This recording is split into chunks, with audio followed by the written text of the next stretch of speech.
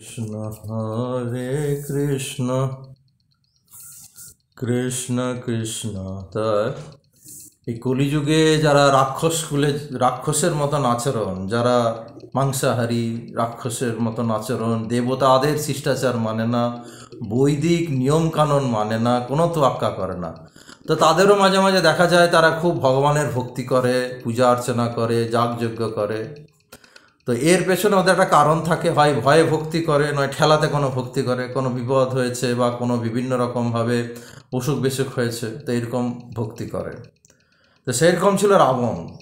রাবণ কি করেছিল, সীতা দেবীর রূপে পাগল হয়ে গেছিল, মোহিত হয়ে গেছিল, এবং সীতা দেবীকে ভোগ করার জন্যই সে হরণ করে, আর কিছু করার জন্য নয়। তার মৃত্যু আমার রামের হাতে মরবো এই জ্ঞান তার প্রথমে ছিল না, যে রামের হাতে মরবো বলে সীতাকে তুলে নিয়ে গেছে তা নয়।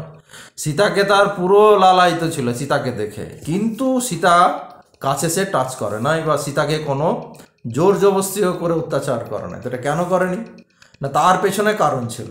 কারণ রাক্ষসেরা বা রাক্ষসকুলের লোকেরা যা করে তার পেছনে কারণ থাকে। ও ভয়ে সীতা দেবীকে টাচ করতো না, কারণ রাবণের এক অভিশাপ ছিল। সেই অভিশাপটা কে দিয়েছিল না, কুবেরের ছেলে নল কুবের অভিশাপ দিয়েছিল।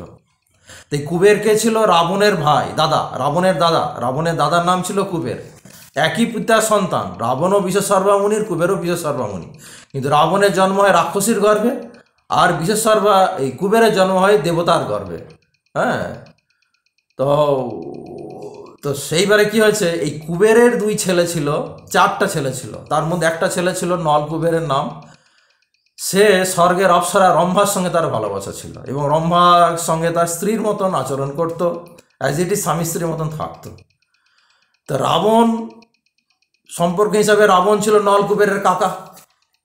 হ্যাঁ, কিন্তু রাক্ষস কুলের যারা মানুষ হয়, যারা নিজ প্রকৃতির হয়, তারা কে ভাতৃবধূ না পুত্রবধূ এগুলো ওদের জ্ঞান থাকে না। ওদের সুন্দর মেয়ে দেখলেই জিভ থেকে জল পড়ে। তো রাবণেরও তাই হয়েছিল।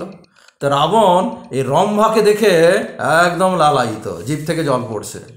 তখন সে রম্ভাকে সে গোপনভাবে ডেকে তারকে জোর জবরদস্তি বলাৎকার করতে যায়, অত্যাচার করতে যায়। হ্যাঁ, কিন্তু রাবণ সবাইকে ভেবেছিল সব রকম, কিন্তু তারা স্বর্গের অপ্সরা, তাদের অত সহজে কিছু করা যায়। সঙ্গে সঙ্গে রম্ভা কী করে, তার স্বামী নলকূপের কাছে আসে এবং পুরো কমপ্লেন করে। হ্যাঁ, তো নলকূপের অবাক হয়ে যায় যে সম্পর্কে রাবণ হচ্ছে কাকা, হ্যাঁ, আর রম্ভা হচ্ছে তার পুত্রবধূর মতন। তো সময় আর এরা এই কুবেরের সন্তান যেহেতু, তাদেরও ব্রহ্মতেজ রয়েছে, ব্রহ্মশক্তি রয়েছে।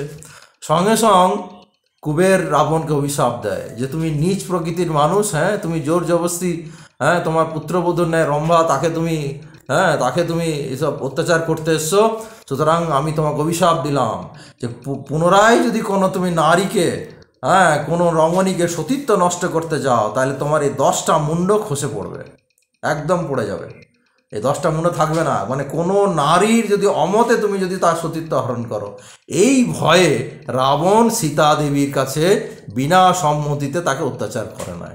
নাহলে রাবণের সীতাকে দেখে জিভে জল বেরোতো। হ্যাঁ, কেন আমরা দেখি অশোকাবর্তী বনে রাবণ যখন যেত, তাকে কত রকম প্রপোজাল দিত, আমি হই, তুমি আমাকে বিয়ে করো, হ্যাঁ, আমি তোমাকে পাটরানি করে রাখবো, হ্যাঁ, এই যে 10,000 দেবকন্যা বিবাহ করি আমি, তারপর পটরানী হইবে রহ তুমি।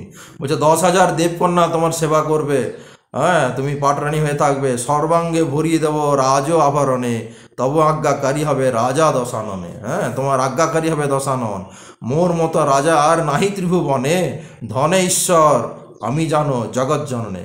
সীতা দেবীকে বলছে যে তোমার মতো রাজাই ত্রিভুবনে নেই, আমার কি না নাই, তুমি আমাকে অ্যাকসেপ্ট করো, মানে আমাকে গ্রহণ করো।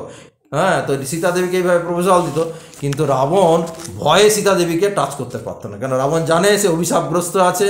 ও কোনো মহিলাকে যদি তার সম্মতি মানে ছাড়া অত্যাচার করতে যায় বা বলাৎকার করতে যায়, তাহলে তার মৃত্যু হবে ধারিত। এই ভয়ে সীতা দেবীকে টাচ করেনি। হরে কৃষ্ণ কৃষ্ণ কৃষ্ণ হরে হরে, হরে রাম রাম রাম হরে হরে।